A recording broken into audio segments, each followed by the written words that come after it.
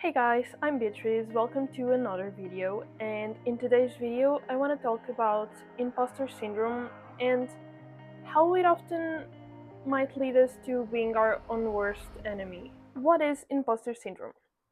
In a psychological analysis, imposter syndrome is a psychological pattern where high achieving individuals doubt their abilities and fear being exposed as a fraud, despite there is evidence of their successes. So they often struggle to internalize their accomplishments and they often attribute them to external factors such as luck or someone's help or timing and never their own effort.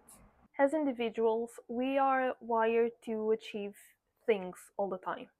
And I feel like when we achieve something, we only get that feeling of achievement for so long.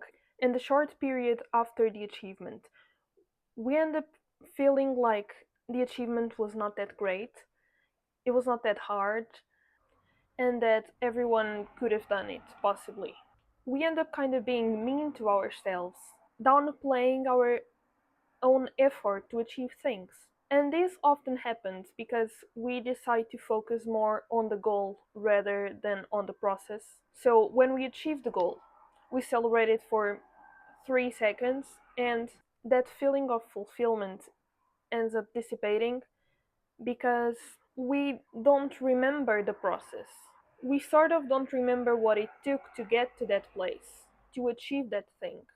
And because we didn't focus on the process, we end up thinking it was easy to get there, and so we start doubting our abilities. And this is when imposter syndrome starts. On a personal experience, when I applied to study psychology, I had to take a national exam on a subject that I was very comfortable with, and so my goal was to ace the exam. So I wanted to score 200 out of 200 points. And I took the exam twice and I ended up having 185 on both exams. And I was really sad because my goal was to get 200 and I didn't I didn't reach my goal. And although I got into the university with the lowest rate acceptance in the country for that psychology degree, I still felt like I didn't belong there, that I wasn't good enough to be there because I didn't reach my goal. Like a 185 wasn't enough, even though I was in the hardest college to get in the country, which is crazy. So when I acted this way, when I felt this way, when we feel this way, we start being mean to ourselves because we don't believe in us. When we don't value our achievements, our accomplishments, we are constantly telling ourselves that we shouldn't be there, we are not good enough, other people have way more capacities than us to be there. And do you know who usually tells us those stuff? People who don't like us, people who don't care about us, people who are our enemies. And how different from them are we treating ourselves? And how awful is it that we are slowly becoming our own worst enemies? So, what can we do about it? First, we need to stop the self hatred talk and start saying some positive affirmations, like, I deserve to be here, I should be here, I put effort into being here, and I deserve to be here just like anyone else in this room. Because we did it. We were the ones who built the path to get there. But we also need to look back on our process, understand the effort we put in to get there. And we need to remember those steps we took to get there. We need to understand that just because we didn't achieve the exact thing, score, goal we wanted, it doesn't mean that what we achieved instead wasn't good enough or doesn't count. Because it does. And this is probably the most important part. We need to try to enjoy the process so that the achievement feels more fulfilling.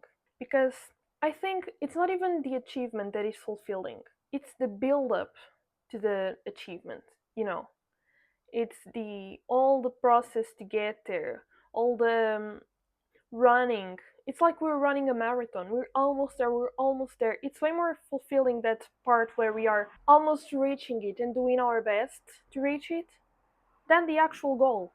Because when we focus on the process, even if we don't reach the goal, we know the effort we did, we know what it took to get there, and we still value that effort. We still value that process. We still value everything we did, even if we didn't achieve what we wanted. So, my final message is, maybe it's time for us to start believing in ourselves, to start being our fans instead of our enemies, because if we don't believe in ourselves first, who will? So, believe in yourself. Believe you can do it. Trust the process. Feel the process. And remember that everything you do is worth feeling fulfillment. And that's all for today. If you like this video, you're probably gonna like this one. Feel free to like, comment, leave some feedback if you feel like it. And if you want to see more of my life and what I have to say, subscribe to the channel so you don't miss anything of what I've been up to. Thank you for watching. Bye!